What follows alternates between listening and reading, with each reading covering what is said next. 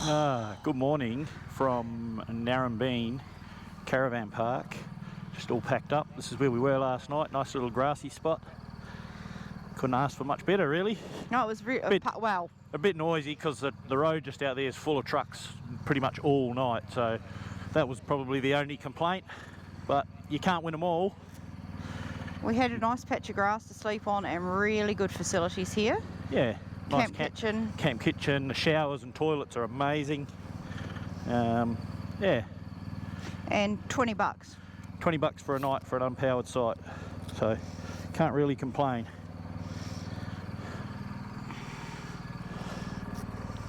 And over there, there's a sports ground, which is the local club.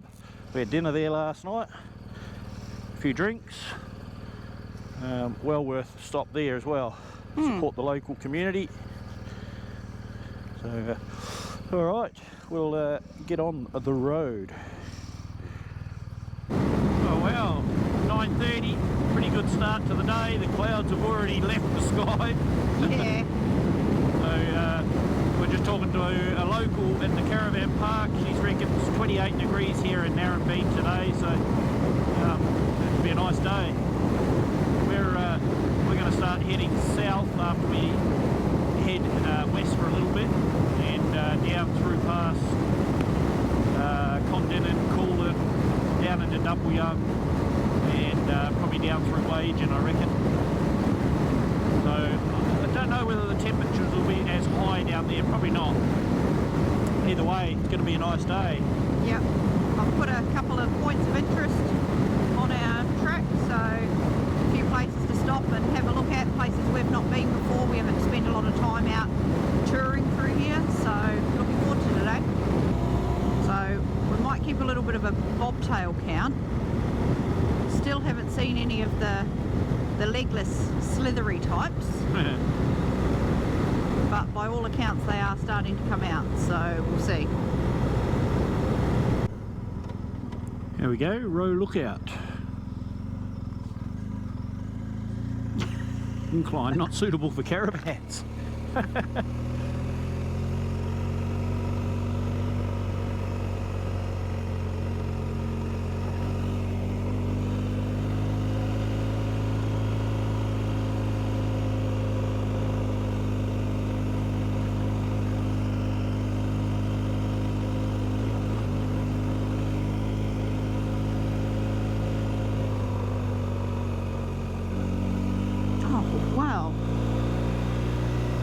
Quite the little climb up, isn't it? Yeah.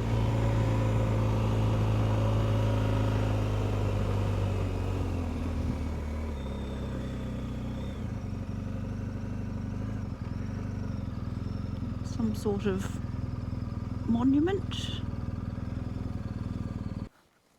John Septimus Roe, 1836, travelled eastwards from the settlement of York. And his expedition made note of the native people. Near here he passed 5 huts constructed of sticks bent together and thatched.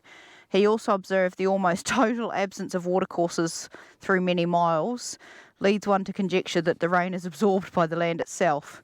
He didn't know that the area has an average rainfall of about 13 inches and the Salt Lake's basically just become a river in the winter. So near here is camp spot number 7 of the surveyor. And it says October 11th he saw several emu tracks and later disturbed a family of 2 large emus and 3 small ones, which is why he's called this Emu Hill. Yeah. So from Emu Rock yesterday to Emu Hill today.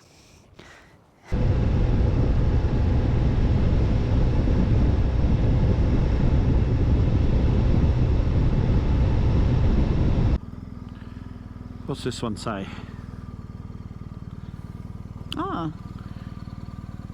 The original location of the South Komine School opened 1925.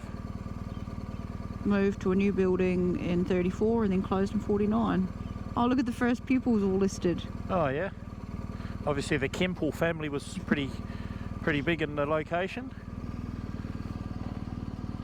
The map of the district, Narrabeen and around the place. and the town site in the 20s. Oh, so this was a hall, railway siding and wheat bin, a store and a post office, a bank and a school. So it was quite a community. Quite a community, yeah. Yep. How's the big agave type flaxes? Yeah. Please let us know what they are. They're massive. Yeah.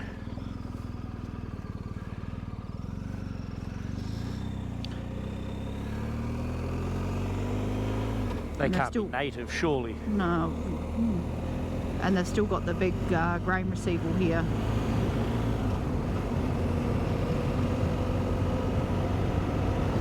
By the look of that.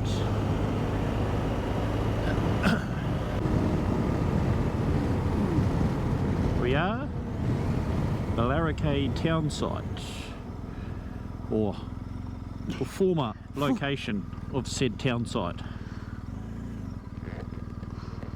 So this was one I pinned.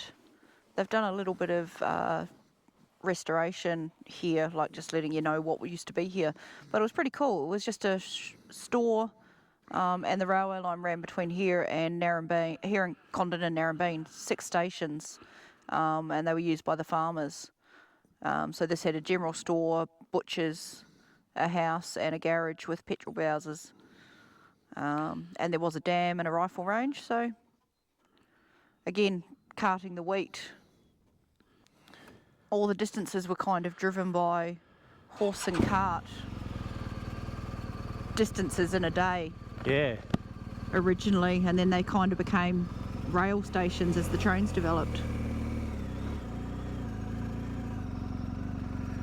Nothing on the back.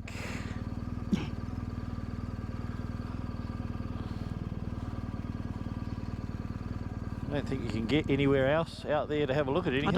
I don't think so. Nothing else out there. No. And the railway line is still out here, so potentially.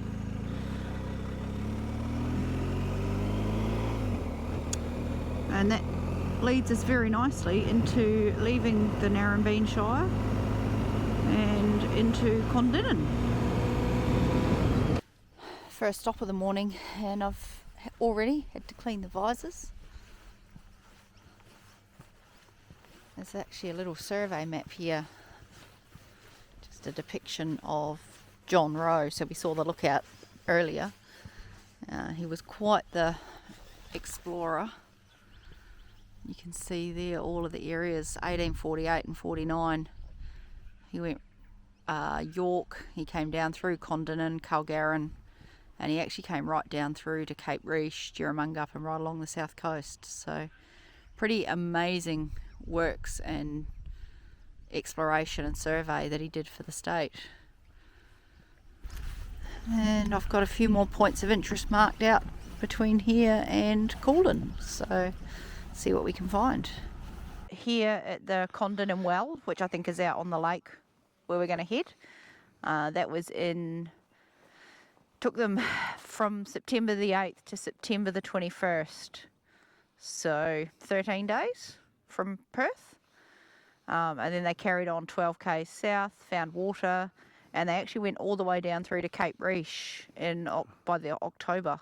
Wow. And then they carried on through Esperance, Peak Charles, Mount Ragged, and then came back to Cape Riche and then reprovisioned it in January 1849 and went back to Perth. They did 2,880 kilometres in 149 days. Wow, that's an adventure, isn't it? Yeah. In what year? 1848. That was the last of his explorations. So horseback and cart, I suppose? Yeah. Yeah. And then came to this, he was appointed Surveyor General in the Swan River Colony in 1828. And he's responsible for the layout of Perth, Fremantle and Guildford.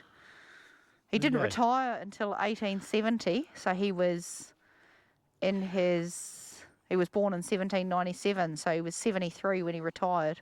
Yeah, and so this is Roe, yeah? This is all Roe, yeah. Yep. John Septimus Roe. There you go. Amazing. Oh, yeah? Here we go.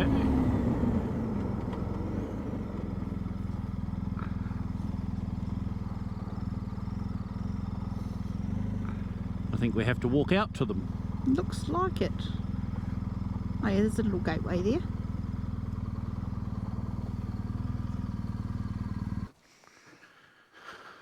You'll be able to get over that without falling over. Oh, stop it! I can. No jumping today. No.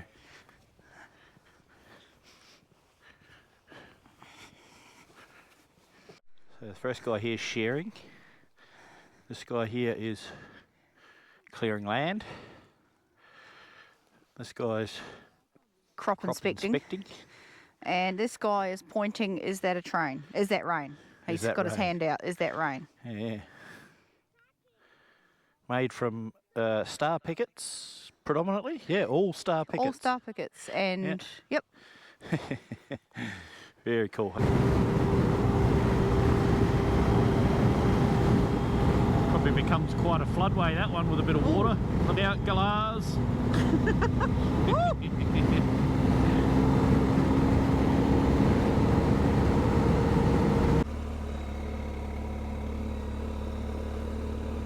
And you reckon they catch fish in here? Well, that's what the sign said. Yeah, right. I mean, it said it's a popular watering hole and blah. I'm like, yeah.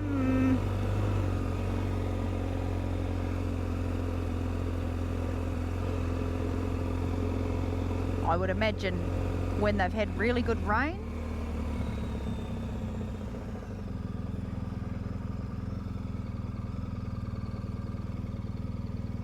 You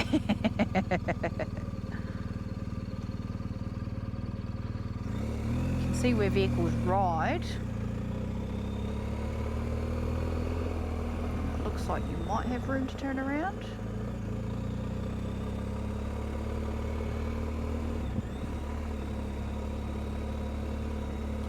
Wow. It's pretty open. She's pretty open, all right, isn't it? Or it gets soft over there.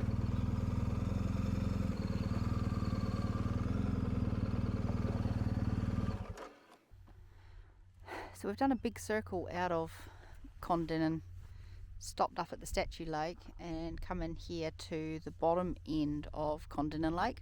We're actually only 5k's out of town, out over there. Apparently bird watching, lots of wildflowers. According to the thing in town, it did say that swimming and all sorts. I don't know how much water they might get in here and whether it's particularly low. It might get lower. There's a Pannier cemetery, which is out on the east side, and there's actually also a replica of a well that from John Roe, but we're going to head south again from here. We've got to turn off out the other side of the lake. But it is an absolutely mirror still day out here.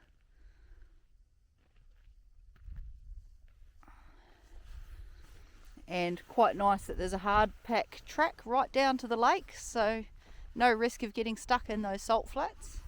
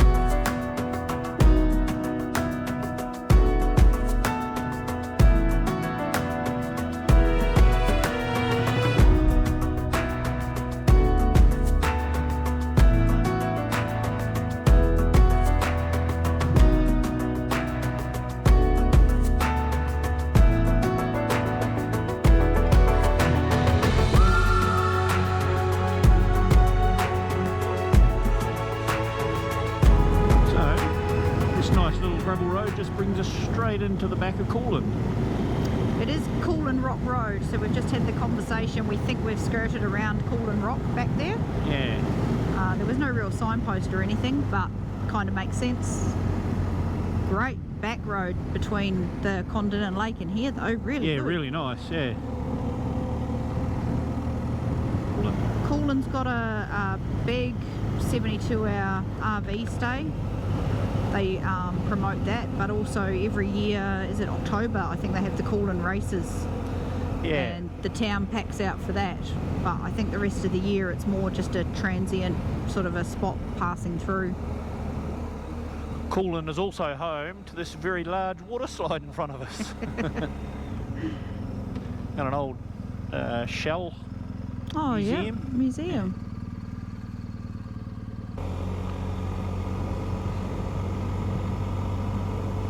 It's a pretty impressive slide. Yeah, yeah. And now we're entering the Tin Horse Highway. This is a pretty interesting stretch of road to have a look at. Taking a footy mark.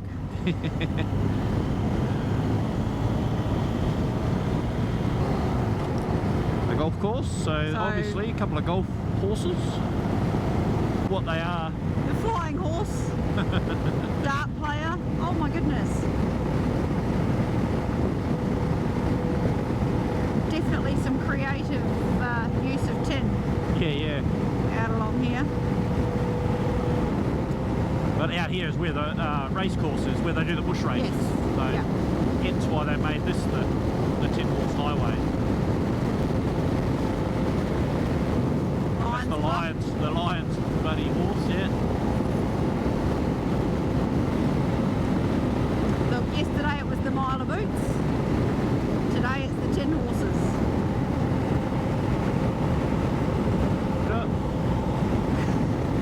On the toilet, reading Play Horse. reading what? Play Horse? Yep. Defence Force. Australian Defence Forces. Yep.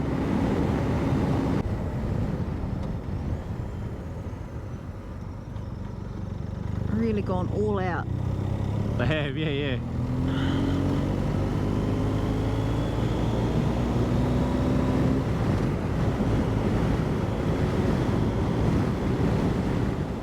Just another big rock. Isn't it?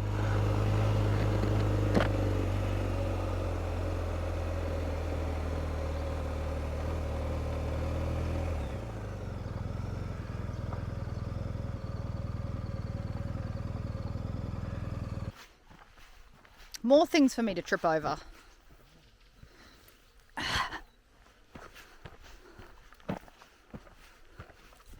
Gosh, can you hear the bees?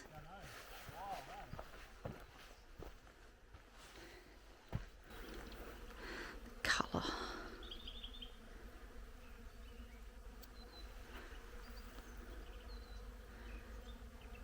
Just absolutely alive if a couple will come close enough.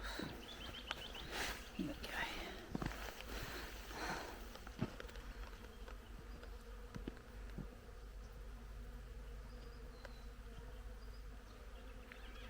Absolutely. And there's just this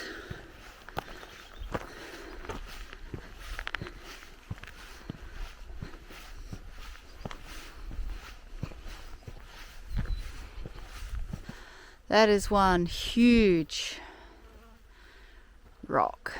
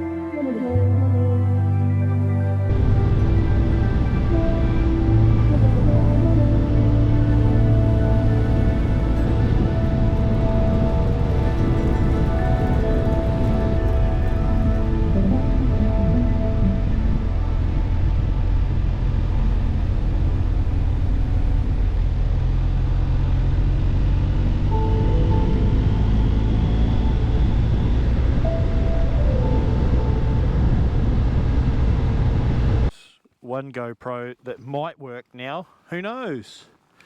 So it was just reading up 2 nights ago on the launch of the new DJI Osmo 5 Pro, Osmo Action 5 Pro, and I think maybe Tuesday we might be down to the shop to buy one.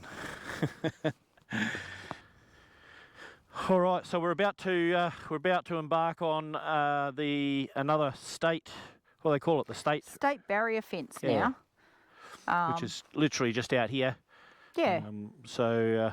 Yeah, we'll show you a bit of that on the way through. So this will run us now down pretty much into Dumbleyung. I think so.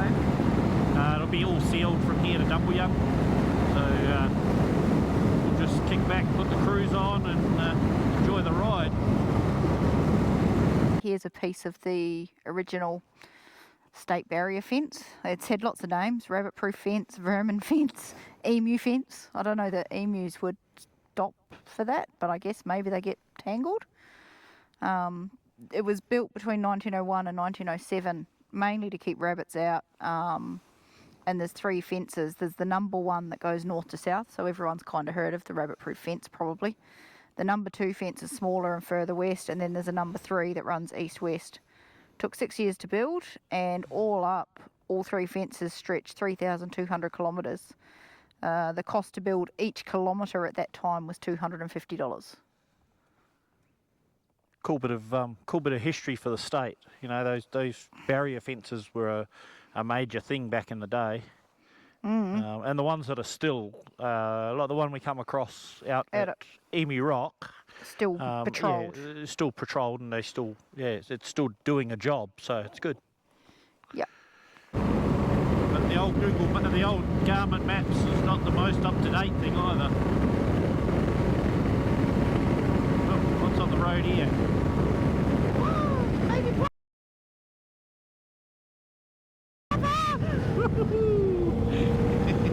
Did you see the little babe? Yeah, there's only one, wasn't there? Yep. Yeah. They were trying to shepherd her off the road. nice save.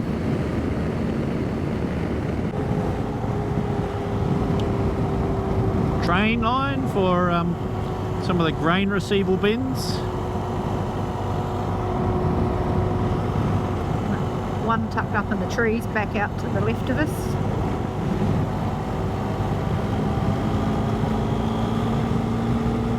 Waiting, we've had 9 bobtails and a goanna.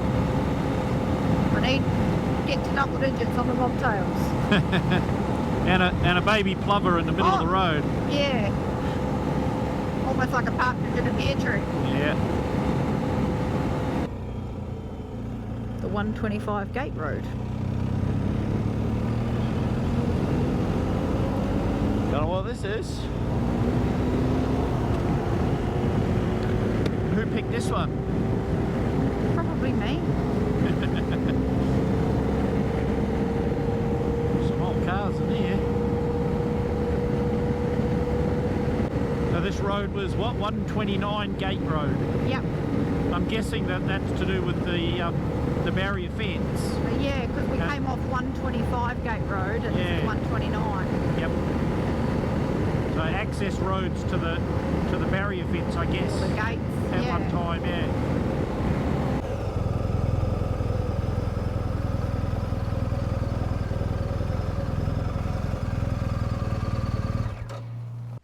I'd like to say the bug situation is much worse. It's certainly not getting better. It is not. But we've just pulled in here in Dumbleyung, and just for a quick stop, there's actually a little bit of a monument and a replica here that's of interest for the next stop that we're going to make. They call it the Bluebird Interpretive Centre. So this is a replica of the Bluebird, which Donald Campbell used to set a record over on Lake Dumbleyung.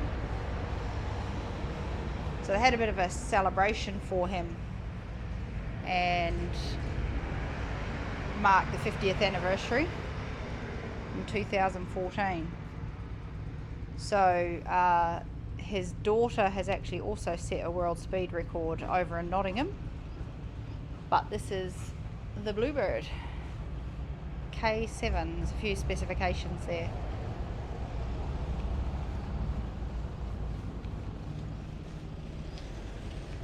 So he has the dual flags on the front.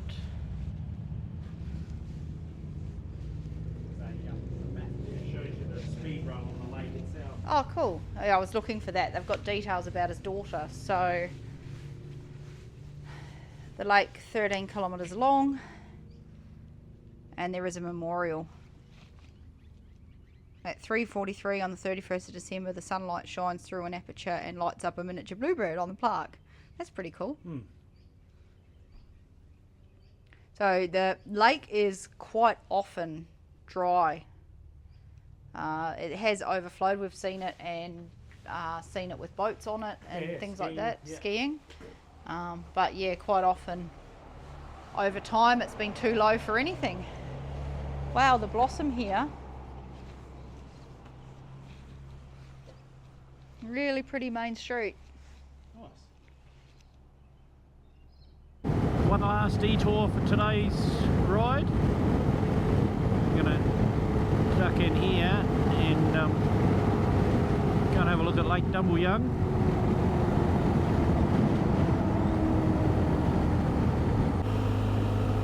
Another steeper grade. Yeah.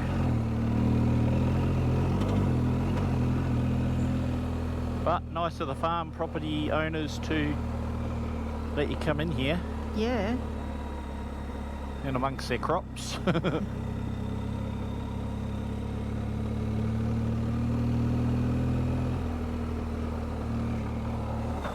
Ooh, shit, that was slippery.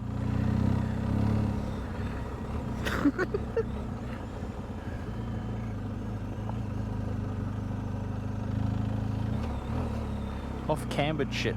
It is, isn't it? Oh, how are you going to park? Not easily. We fit through there? We're going to kind of have to.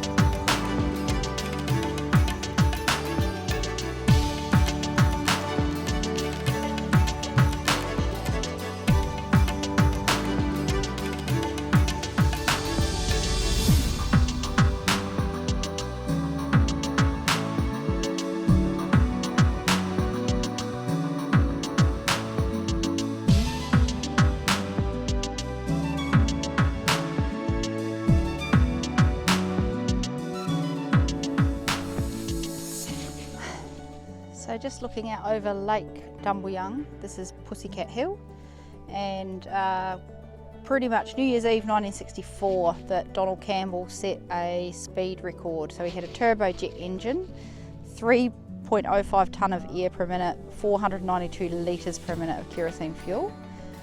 His father was also a racer, the Speed Kings. They did all sorts of things. The K7s had a whole lot of modifications and upgrades, and they broke the world land speed record on Lake Eyre and then set sights on the land and water speed records. Lake Bonnie wasn't working, so they came here to Dumbleyung. So New Year's Eve, they were hours to spare, the wind dropped, and they set the record of 444.6 kilometres per hour.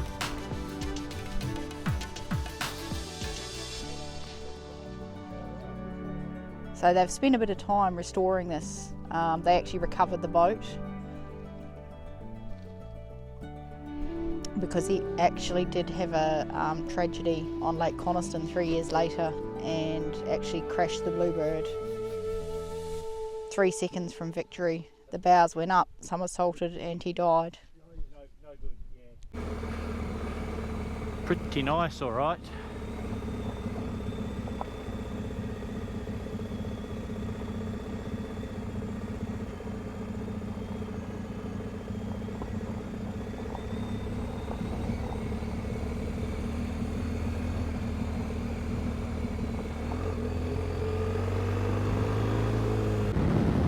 Bobtail. And something. Oh! He turned around. I think he had a go at hissing at you first. That must put me at a count of 12. 12 bobtails for the day. Yes. 12 bobtails, a couple of bearded dragons, a goanna, Yep. and a poor little bird that we nearly skittled in the middle of the road. Yeah. Pretty sure he got away though. Pretty sure the whole family are okay.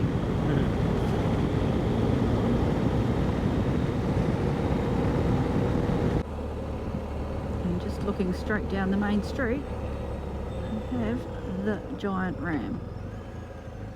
It's right here. Yep. Good place to finish our day. I think so.